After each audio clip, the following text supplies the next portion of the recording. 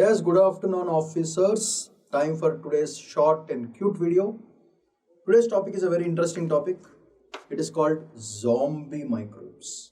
మీకు zombies అంటే already తెలుసు. It is nothing but people who have died will come back to life. చాలా సినిమాలు వచ్చినాయి. జాంబీ రెడ్డి అనే సినిమా కూడా వచ్చింది. ఇక తరతరాలుగా జాంబీస్ అనే సినిమాస్ కూడా వచ్చినాయి. So zombies are all those people who are dead, చనిపోయిన వాళ్ళు మళ్ళీ they come back to life. మోహం చిట్లిపోయినట్టు దయ్యాల్లాగా వస్తారు వీళ్ళంతా. సో అట్లాంటిది మనుషుల్లో మనము సినిమాలో చూడడం జరిగింది. కానీ in reality there are microbes called zombie microbes.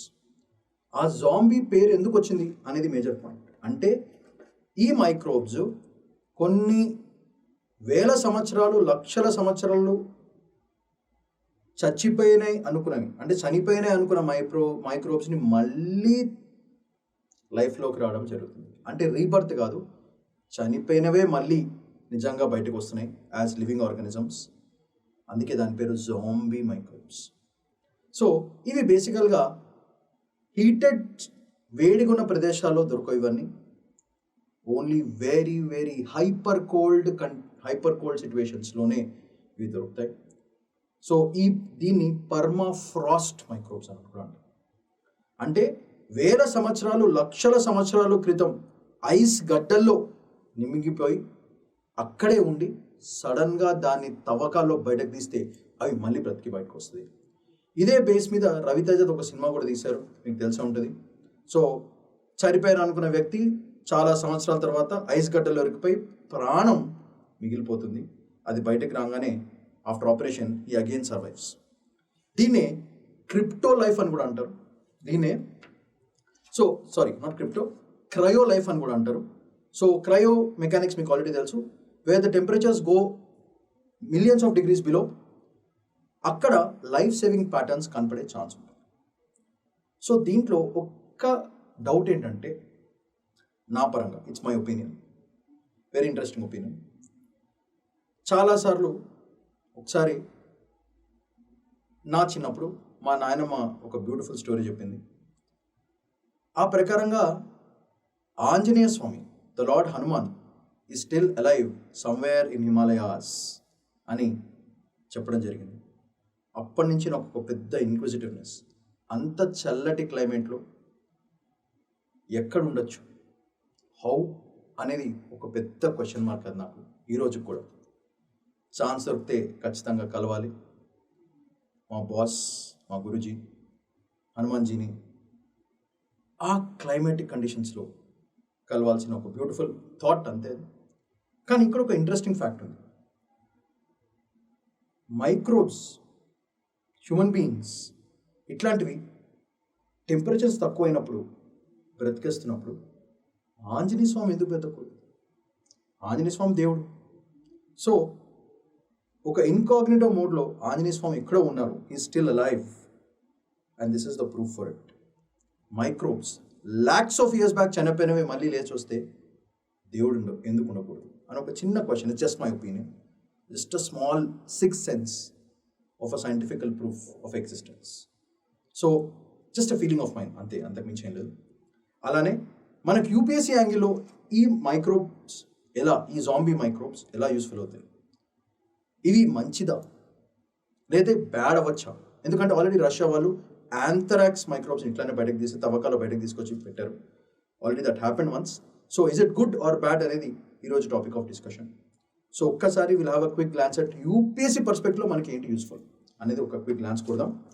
So zombie microbes, so దీంట్లో ఏంటంటే మీకు ఆల్రెడీ చూసారు, ఈ బ్యూటిఫుల్ పిక్చర్ చూసారు కదా, వీళ్ళు మనుషులు, ఇవి జాంబీ మైక్రోబ్స్. చనిపోయిన అనుకున్న మళ్ళీ వేసిస్తాయి అన్నమాట. సో అది ఇది major point. So dormant ancient microbes like bacteria, virus and fungus are called dormant. అంటే ఇన్యాక్టివ్ స్టేట్లో, యాక్టివిటీ ఏం లేదు, చనిపోయిన అనుకుంటాం. Frozen soil, that is called permafrost. So permafrost అంటే ఏంటి? Frozen soil for thousands to millions of years which can revive when the ice thaws. Ice విరిగిపోయినప్పుడు అవి మళ్ళీ లైఫ్లోకి వస్తాయి. So that is the meaning of zombie microbes. Zombie microbes definition ఇది. Dormant ancient microbes like bacteria, virus and fungi locked in permafrost. Permafrost అంటే frozen soil for thousands and millions of years, which can revive when the ice thaws, just like the zombies. Like zombies, they return to active life from a long dormant state నుంచి మళ్ళీ active స్టేట్కి వస్తాయి. దానికి ఒక మంచి examples పీతో virus అని ఉంటుంది చూడండి. పీతో వైరస్ సైబీరియా 2014లో after 30,000 years it came back. First revival. మనకి ఇది జాంబీ వైరస్ ఎందుకు ఇంపార్టెంట్ అంటే అసలు ఎందుకు ఈ టాపిక్ డిస్కస్ చేస్తున్నామంటే యూకే ఇండియా వాళ్ళు ఒక రీసెర్చ్ చేస్తున్నప్పుడు హిమాలయన్ రీజన్స్లో అంటే మన హిమాలయన్ రీజన్స్లో ఈ పర్మాఫ్రాస్ట్ కనపడడం జరిగింది. What is permafrost? ఈ ఫ్రోజన్ సాయిల్. అండ్ ఇది ఎందుకు important? Because it is a first of it's kind. First ఈ రీసెర్చ్ ఎవరు చేస్తున్నారు? Who is doing the research? IIC Bengaluru along with British Antarctic survey వాళ్ళు వీళ్ళు చేస్తున్నారు. సో బ్రిటిష్ వాళ్ళు ఏమైనా చేస్తే ఉత్తి ఫన్ గురించి చేయరు కదా, ఏదో ఒక బిజినెస్ బ్యాక్గ్రౌండ్ ఉంటుందో, ఏదో ఒక గెలుపు ఉంటుంది కదా, అది ఏంటిది అనేది important. So high altitude frozen regions of Ladakh and సిక్కింలో ఇవి ఈ పర్మాఫ్రాస్ట్ దొరకడం జరిగింది. దాంట్లో ఖచ్చితంగా మైక్రోబ్స్ కూడా ఉంటాయి అని రీసెర్చ్ చేయడం జరుగుతుంది. ఇది చాలా ఇంట్రెస్టింగ్ పాయింట్. సో దీంట్లో మనకి పాయింట్ ఏంటంటే dormant microbes, spores, RNA traces, some link to viruses already కనపడ్డాయి. It's a very important point. So rapid thawing of Himalayan permafrost జరుగుతున్నాయి ఇప్పుడు. So that is a major point. So దీనివల్ల problem, what is the negative points? Biosecurity concerns వచ్చే chance ఉంది. అది major point. తవ్వకాలు తీసినప్పుడు interesting ఉంటుంది, బయటకు వచ్చేది ఏమన్నా కావచ్చు. పాత సినిమాలో చూపించినట్టు తవ్వంగానే ఒక స్కల్లో స్కెల్టన్ రాగానే దెయ్యాలు బయటకు వచ్చినట్టు ఇట్లాంటి డేంజరస్ మైక్రోబ్స్ కూడా బయటకు రావచ్చు. అదొక పెద్ద ప్రాబ్లం. అది వస్తే ఏం చేయాలో మనకు తెలియదు, ఎందుకంటే అవి మిలియన్స్ ఆఫ్ ఇయర్స్ బ్యాక్ తవ్వకాల నుంచి బయటకు వస్తే అది దెయ్యాల్లో కూడా మారచ్చు. అందుకే తెలిస బయోడైవర్సిటీ, బయోసెక్యూరిటీ కన్సర్న్. ఒక ఎపిడమిక్ జాలు మొత్తం రేషన్ లేపడానికి, హ్యూమన్ రేషన్ లేపేసే వస్తే గోవింద. ఒక కోవిడ్లోనే చూసినారు ఎంత డేంజరస్, ఎంతో ఇట్ ఇస్ నాట్ పర్మాఫ్రాస్ట్. ఇవి ఇక్కడ ఎగ్జిస్ట్ సింథటిక్గా క్రియేట్ చేసినవే ఇంత డేంజరస్ ఉంటే ఒరిజినల్ వైరసెస్ ఎంత డేంజర్గా ఉంటాయి అనేది ఒక్కసారి చాలా ఇంపార్టెంట్ పాయింట్. సో కాన్సెప్ట్స్ ఏమున్నాయి అండర్స్టాండ్ చేసుకోవడానికి ఒక చిన్న పెట్టాను, మీకు ఈజీగా అర్థమవుతుంది. Permafrost, permanently frozen soil in polar and alpine regions. Ancient బయోమాస్ని అది ప్రొటెక్ట్ చేస్తుంది. That is the first major point. Second point చూడండి, crypto preservation, cryo preservation. Cryo అంటే very simple, below 0 degrees, below -100 degrees centigrade తీసుకెళ్తే that is called cryo operations. Cryogenics, cryo engines ఇట్లాంటివి చాలా మీరు వినే ఉంటారు. Same concept even in క్రయోబయాలజీ. Microbes suspend metabolism in sub-zero temperatures, that is called cryo preservation. -0 కంటే కింద వెళ్ళిపోయేవన్నీ minus temperatures, దాంట్లో metabolism అసలు 0 అయిపోతుంది. సో యాక్టివ్ స్టేట్ ఏం కనపడదు, కానీ చనిపోవు, ప్రాణం ఉంటుంది దాంట్లో. So that is the major point. So next point is pathogen revival. So pathogens are those things which eat pathogens, dangerous things. Once thought బయటకు తీసుకొస్తే dormant pathogens may become reactive. So this is another major point that you have to remember. చాలా important ఇది. This is the second interesting fact, third interesting fact, and finally thaw feedback loop ఎట్లా ఉంటుందో చూద్దాం. Melting permafrost అంటే ice గడ్డని మొత్తం కరిగించేస్తే releases methane, అది డేంజరస్. CH4, ఈ CH4 అనేది చాలా చాలా డేంజరస్, ఎందుకంటే it directly effects global warming and it is a poisonous gas. పీల్స్ సస్తారు. సో అది మేజర్ పాయింట్. ఇది క్లైమేట్ని చంపేస్తుంది, మనల్ని కూడా చంపేస్తుంది. So these are all the concepts which are there for your exam, which are very very important. So all the concepts involved are here. So ఈ ఆర్టికల్లో మనకి వచ్చిన పాయింట్ అయితే మనకి ఇవి బయటకు తీసుకురావడం వల్ల అడ్వాంటేజెస్ ఏంటి? What are the advantages? First thing, unknown viruses ఉంటే తెలుస్తుంది. So this is plus as well as minus, రెండు dangerous. Ancient organisms could disrupt soil microbes. ఈ ఆర్గానిజమ్స్ వచ్చి ఆల్రెడీ ఎగ్జిస్టింగ్ ఉన్న ఆర్గానిజమ్స్ని ఎత్తిపడేయచ్చు. So this might B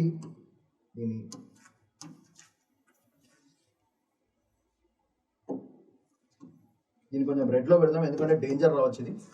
ancient organisms could disrupt the soil microbes మొత్తాన్ని disrupt చేయొచ్చు. So this might be a negative point that we can mention. ఇంకోటి, permafrost contains massive methane, CH4 very dangerous. దీనివల్ల global biohazard guidelines for climate linked మైక్రోబ్స్ని పెంచాల్సి వస్తుంది. మనకు already ఇట్లాంటి policy ఏం లేదు గ్లోబల్గా కూడా. సో ఇండియా కూడా ఏం లేదు, ఏమైనా కావచ్చు. సో ఈ మైక్రోబ్స్ బయటకు తీయడం వల్ల అడ్వాంటేజెస్ ఏమున్నాయి? What are the advantages that we have to bring out such kind of things? ఒకసారి క్విక్ గ్లాన్స్ కొడదాం. ఫస్ట్, జీనోమిక్స్లో it might be very very useful. So ఏ ఫీల్డ్స్లో దాన్ని అప్లై చేయొచ్చు? ఈ క్రయోజెనిక్స్ని ఫీల్డ్ దాని అప్లికేషన్ మెన్షన్ చేయడం జరిగింది. సో ఏ ఫీల్డ్లో దీస్ ఏన్షియంట్ తవ్వకాలు అంటే ఈ జాంబీ మైక్రోబ్స్ని ఎట్లాంటి ఫీల్డ్స్లో వాడుకోవచ్చు అనేది కూడా ఒక పాజిటివ్ సైడ్. దాన్ని కూడా మనం ఒక as UPSC aspirants you must keep, ఎప్పుడైనా సరే ఏ ఇష్యూ చేసిన ప్రోస్ అండ్ కాన్స్, ప్లస్లు ఏంటి మైనస్లు ఏంటి న్యూట్రల్ గ్రౌండ్ ఏంటి కూడా మనం ఆలోచించుకుని మన ఆన్సర్లో రాయడం జరగాలి. సో అందుకే వెరీ ఇంపార్టెంట్. సో జినోమిక్స్లో చూసుకుంటే that is the first advantage, helps decode ancient evolution and resilience mechanisms. This the first advantage we have. Next, pharmaceuticals, pharma కంపెనీస్లో ఇది ఎట్లా వాడుకోవచ్చు? Potential source of novel antibiotics మనం క్రియేట్ చేయొచ్చు, enzymes create చేయొచ్చు. So this is the advantage of these zombie microbes. Chance ఉంది, no guarantee, chance is there. అట్లనే బయోటెక్నాలజీలో ఎట్లా వాడుకోవచ్చు? ఫార్మాలో వాడామంటే బయోటెక్నాలజీలో హ్యాపీగా వాడుకోవచ్చు. కోల్డ్ టాలరెంట్ ఎంజైమ్స్ మనం క్రియేట్ చేయొచ్చు for industrial process. So this is super point. దీనివల్ల ఒక పెద్ద ఇండస్ట్రీని డెవలప్ చేసుకోవచ్చు. So it's a possible chance of a new industry popping up. So this can be created as an industry. ఒక new industry కింద create చేయొచ్చు ఇది. That is cold tolerant enzyme creation for industrial purposes వాడుకోవచ్చు. అది కాకుండా మనకి ఇంకొక highlight point ఏంటంటే ఆస్ట్రోబయాలజీ, అంటే model for life survival in extreme environments.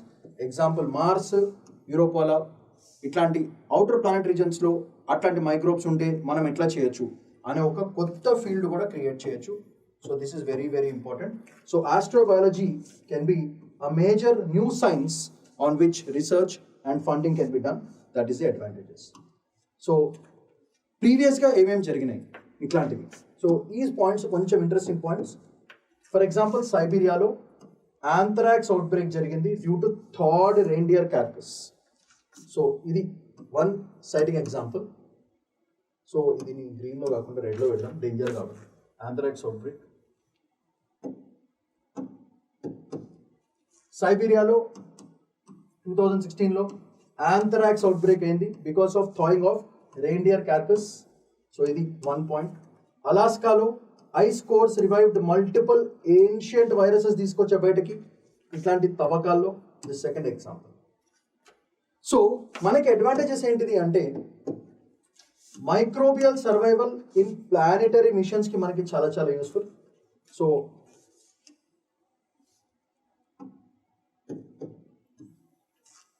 ఇవన్నీ dangers.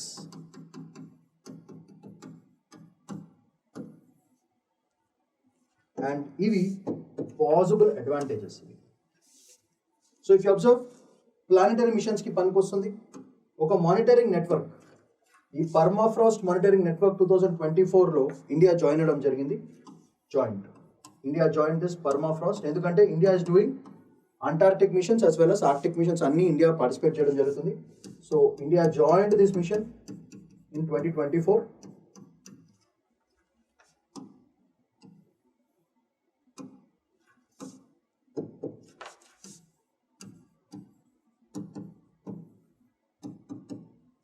And cryo bio labs planned in Ladakh for isolated study. Cryo bio labs. And this will be a part of climate biohazard protocol kinda under MOHFW కింద ఒక climate biohazard protocol కూడా 2025లో design చేయడం జరిగింది. So this clearly shows that India is very much interested in this ancient తవ్వకాలు and the zombie microbes which can be positive majorly. And ఒక ఓవరాల్గా if you observe it, earth itself gives us lot of things. So మన ancient గురువులు చెప్పినట్టు there is a chance of revival of things. And నేను చెప్పిన Hanumanji concept మర్చిపోతూ, boss ఎక్కడో అక్కడే ఉంటారు, ఏదో రోజు మనం అందరం కలుద్దాం.